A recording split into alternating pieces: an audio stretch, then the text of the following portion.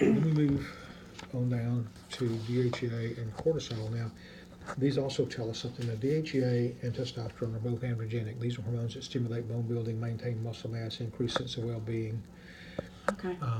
tissue repair, energy processes. DHEA also helps convert thyroid hormone from T4 to T3. There's a lot of different pieces in there. Okay. DHEA is the primary androgen in women, testosterone the primary androgen in men. It's an androgen? These are those hormones that are tissue building. Oh, okay. Those characteristics I was just describing, Mm-hmm.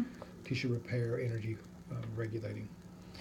Now, DHEA is at the very bottom of its range for your age. Mm. Now, coupled with the other things we see, like progesterone being so low, this says this is a marker of adrenal competence. This would be a marker of chronic long-term stress to adrenals. It is a somewhat stress-responsive hormone, and so the early stages of stress or in crisis, it's going to drive above its range, whatever the range for that age would be. And if it's crisis only, then it will, I don't know what happened to my pen, there it is. If it's crisis only, it will drive above range and then drift back into range. But if it's chronic, if it drives above, but the stress is chronic and it continues to drive, but over time we're now weakening that capacity. So even if we're driving, the number is drifting back down through that normal range. And so when we find it at the bottom or below, that's an effect of chronic long-term stress. Now, if we couple that then with cortisol markers through the day, what we see is a weakened but highly reactive system.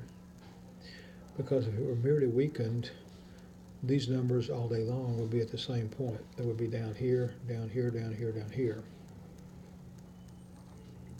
Mm-hmm. But you have a compensation. You drive above in the morning and then much higher up above range in the middle parts of the day, and then crash back down by the end of the day. So a bounce, a reactive response from a weakened system.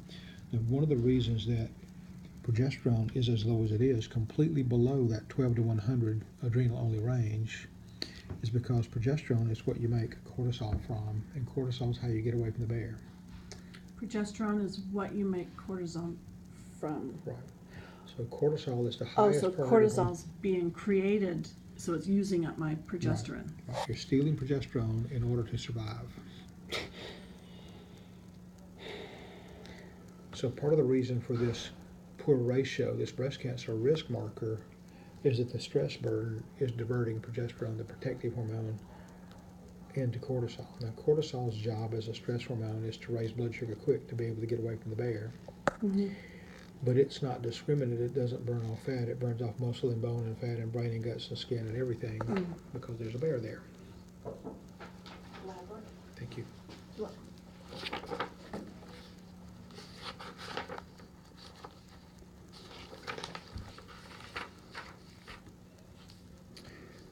So this was the numbers, and I've been trying to give you some interpretation of those numbers as we went through that.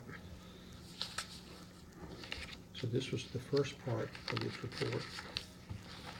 I'll shift some papers